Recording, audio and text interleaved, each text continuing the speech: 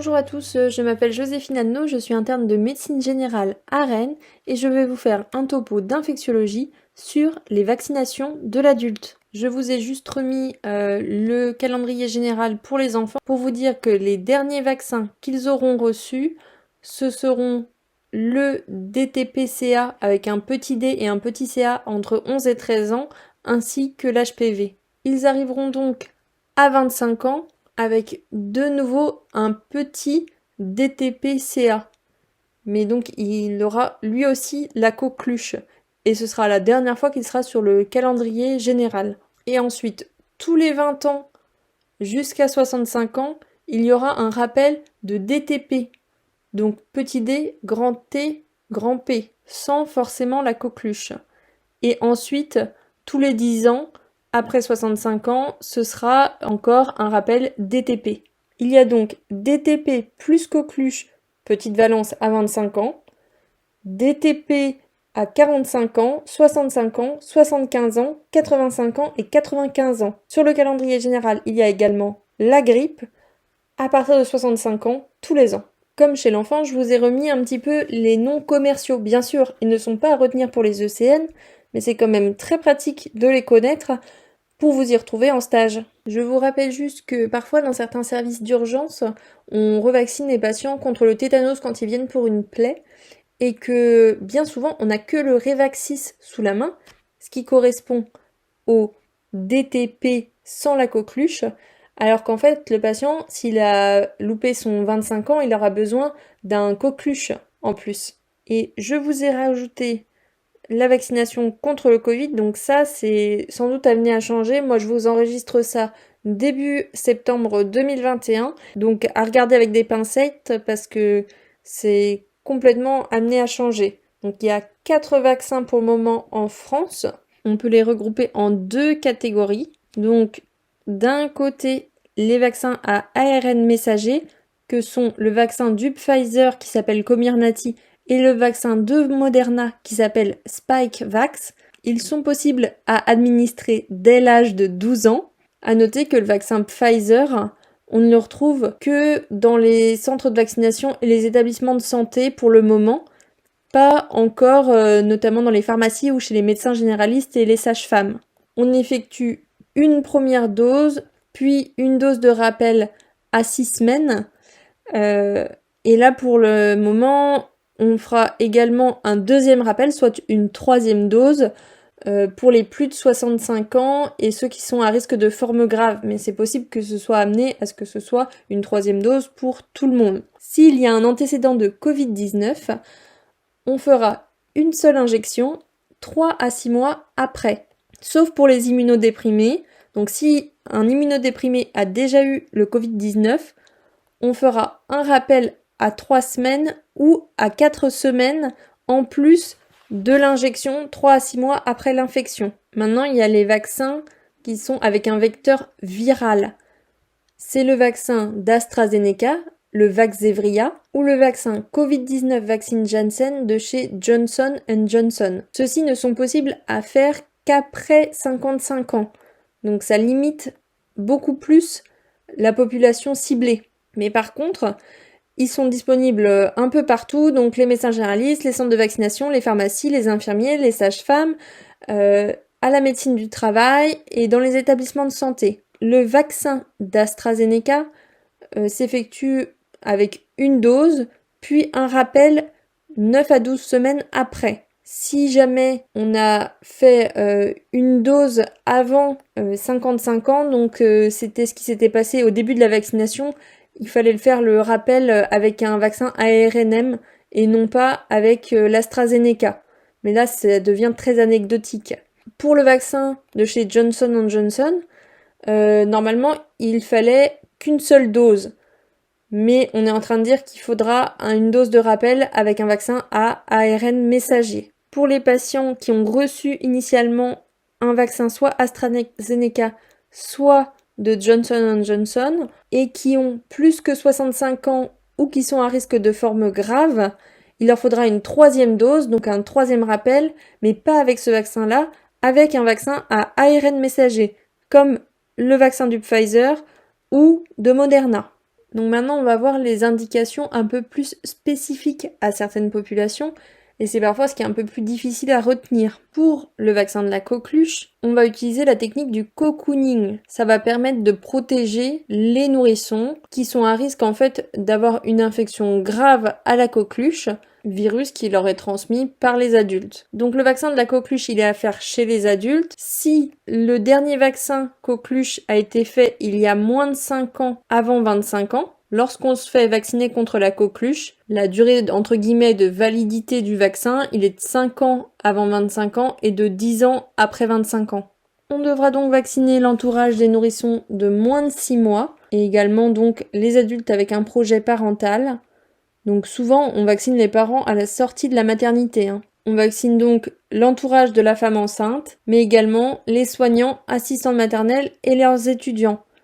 Donc finalement, pour les soignants, si on reprend le schéma général, ils auront à chaque fois qu'ils auront vaccination antitétanique, en même temps une valence coqueluche. Le vaccin contre la grippe donc est déjà dans le schéma général pour les plus de 65 ans, mais il y a aussi d'autres populations qui sont concernées. Les femmes enceintes, car elles sont à risque de grippe grave pour elles-mêmes. L'entourage des nourrissons pour protéger les nourrissons. Donc il s'agit des nourrissons de moins de 6 mois qui ont été prématurés ou qui ont eux-mêmes une atteinte d'organes. Les patients atteints de maladies respiratoires avec critères ALD ou qui risquent d'être décompensés par la grippe. Les patients qui ont des atteintes cardiovasculaires, donc HTAP, insuffisance cardiaque, valvulopathie grave, troubles du rythme grave, coronaropathie, AVC. Les patients qui ont des affections neuromusculaires graves, donc en fait qui risquent d'avoir des difficultés pour respirer. C'est pour ça qu'il est cité les paraplégies avec atteinte diaphragmatique. Les patients qui ont des néphropathies chroniques graves ou des hépatopathies. Les patients qui ont une drépanocytose ou des déficits immunitaires. Les patients diabétiques de type 1 et 2. Et les patients qui ont un IMC supérieur ou égal à 40 ou qui séjournent dans un établissement médico-social. Donc là, ce qu'on peut essayer de se dire, parce que ça fait beaucoup d'indications, c'est surtout qu'en fait, c'est les patients âgés de plus de 65 ans qui sont dans l'entourage de quelqu'un qui est fragile ou qui ont une pathologie d'organes respiratoires, cardiaques, neuro, néphro, hépato, immunitaire, diabète. À cela, on peut rajouter les patients qui vont avoir du mal à respirer du fait d'un fort périmètre abdominal, donc les IMC supérieurs ou égal à 40, ou bien les femmes enceintes. Après, il y a les indications spécifiques pour les métiers. Ça va être le personnel soignant, les guides, les personnels qui travaillent dans les avions ou les bateaux de croisière. Ça, c'est plutôt pour éviter de propager la grippe au sein, par exemple, d'une croisière. Maintenant, les indications de vaccination contre le pneumocoque. Donc déjà, ce qu'il faut retenir, c'est quel vaccin contre le pneumocoque. On fait d'abord le pneumocoque 13, puis un an après le 23, puis tous les 5 ans le 23. Donc il concerne qui ce vaccin ? Il concerne les patients immunodéprimés.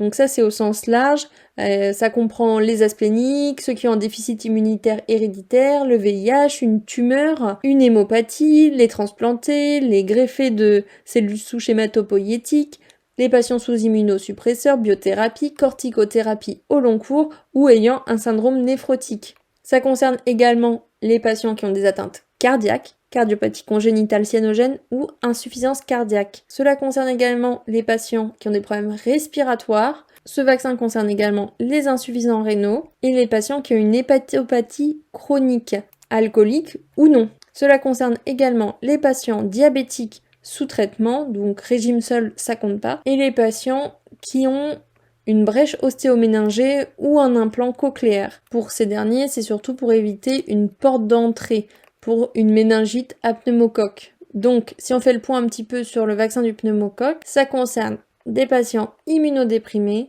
ou qui ont un problème d'organes, donc cœur, poumon, rein, foie, un diabète ou, cause spécifique pour le pneumocoque, la brèche ostéoméningée. Maintenant, le vaccin contre le virus de l'hépatite A. Il concerne les patients ayant une mucoviscidose ou une pathologie hépatobiliaire. Je vous rappelle que ça comprend aussi les patients qui ont une autre hépatite, notamment VHB, VHC ou OH. Et je vous indique ici que c'est seulement dans cette indication que le vaccin va être remboursé. Ça, on peut pas vous le demander à l'ECN, mais c'est juste pour vous que vous compreniez un petit peu pourquoi est-ce que finalement on le voit pas très souvent ce vaccin, à part chez le voyageur. Mais là, on va pas parler des voyageurs ici. En fait, il est aussi indiqué normalement pour les hommes ayant des relations sexuelles avec les hommes. Mais comme il n'est pas remboursé, on le propose très rarement. Et d'ailleurs, on pense rarement à poser la question. Donc il est indiqué aussi chez les enfants handicapés en établissement spécialisé, indiqué pour les cas contacts VHA, pour les professionnels, donc ceux qui travaillent dans la petite enfance, les structures d'accueil pour les personnes handicapées, les traitements des eaux usées, la restauration collective, parce que c'est par transmission féco-orale. Je vous ai mis un petit plus voyageur, ça demanderait un topo dédié. Maintenant, les indications spécifiques pour le VHB. Avant, il n'était pas obligatoire, donc tous les adultes ne sont pas vaccinés contre le VHB. On vaccine en priorité ceux qui ont des partenaires sexuels multiples, les usagers de drogue, surtout parentérales et intranasales, les patients ayant des transfusions massives ou itératives ou des médicaments dérivés du sang, les patients greffés ou en attente de greffe, l'entourage d'un cas d'hépatite B ou les partenaires d'un cas d'hépatite B, les patients souffrant d'hépatopathie chronique, donc comme je vous le disais, les patients qui ont déjà un virus d'une hépatite ou qui sont alcooliques, on va les vacciner contre les autres hépatites. Cela concerne également les soignants, thanatopracteurs, gardiens de prison, éboueurs, égoutiers, policiers, tatoueurs. Cas particulier des voyageurs, comme je vous le disais, ça ne concerne pas ce topo. Ce que l'on voit, c'est surtout que le vaccin contre l'hépatite B, il s'adresse un petit peu à une population qui pourrait être contaminée par le sang, les tissus biologiques, dont les greffes, ou bien qui souffrent déjà de pathologies du foie. Je vous ai mis une petite note. Parfois, on parle de contrôle sérologique suite à ce vaccin. Donc, chez les professionnels de santé, les immunodéprimés, les dialysés. Maintenant, quelles sont les indications des vaccins contre les méningocoques? Donc, il y en a 3 des vaccins contre le méningocoque et c'est un petit peu à s'y perdre. Mais vous allez voir, on va remettre ça un petit peu au clair. Donc, le méningocoque C, on peut avoir un rattrapage du méningocoque C jusqu'à 24 ans. Et dans ces cas-là, on ne fera qu'une seule dose. Rappelez-vous, chez l'enfant, il y a 2 doses parce qu'il y a une première dose à 5 mois. Mais ensuite, si c'est un rattrapage, on ne fait qu'une seule dose. Le méningocoque ACYW, c'est un vaccin qui s'adresse aux patients qui ont un déficit immunitaire particulier. Donc je vous rappelle le méningocoque bactérie encapsulée. Il faudra donc protéger les patients qui ont un problème de complément, de properdine ou une asplénie. Chez eux, on fera une injection toutes les 5 ans. Ça concerne également à la marge les patients qui travaillent sur le méningocoque et la vaccination autour d'un cas, donc c'est dans les 10 jours après un contact. Pour le méningo B, en fait, ça va être pratiquement les mêmes indications. La seule distinction, c'est que on fera pas la vaccination autour d'un cas, si c'est sporadique. Maintenant, les indications de la vaccination avec le BCG contre la tuberculose. Cette vaccination n'est plus obligatoire chez les professionnels de santé. Elle est conseillée pour les personnels en contact répété avec des patients tuberculeux et tout particulièrement à risque de tuberculose multirésistante et chez qui les mesures de confinement sont difficiles à appliquer. Et sinon, un peu plus à la marge, les personnes qui travaillent sur le bacille de la tuberculose. Le vaccin contre la fièvre jaune, il va être obligatoire pour les habitants et les personnes qui séjournent en Guyane avec une seule dose. Et sinon, en fait, c'est surtout un vaccin qu'on va avoir chez le voyageur. Un vaccin qu'on voit très rarement et qu'on devrait pouvoir voir plus souvent, c'est le vaccin de la varicelle.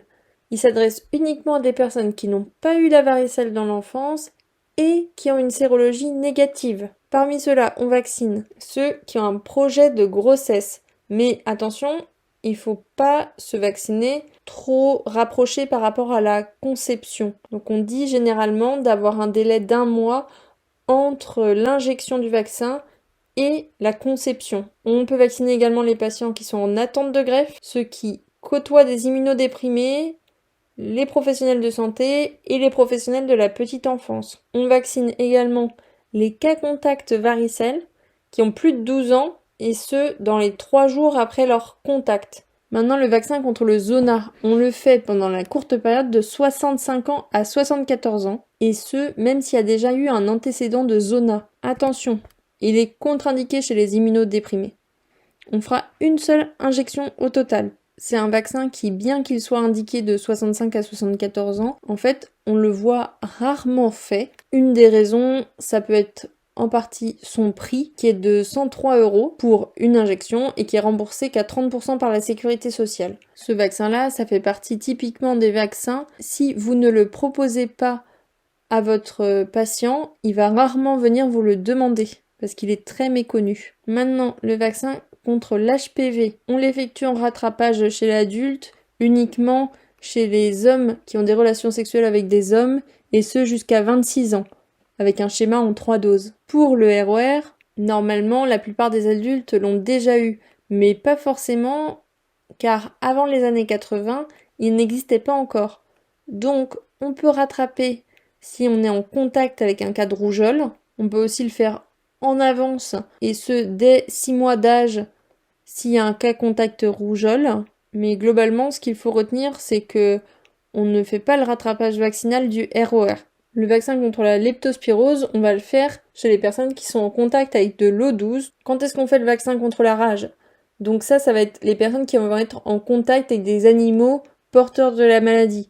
Donc les vétérinaires, équarrisseurs, les personnels de fourrière, les chiroptérologues, les taxidermistes, les gardes-chasse et les personnels des abattoirs. Petit point sur la vaccination et la grossesse.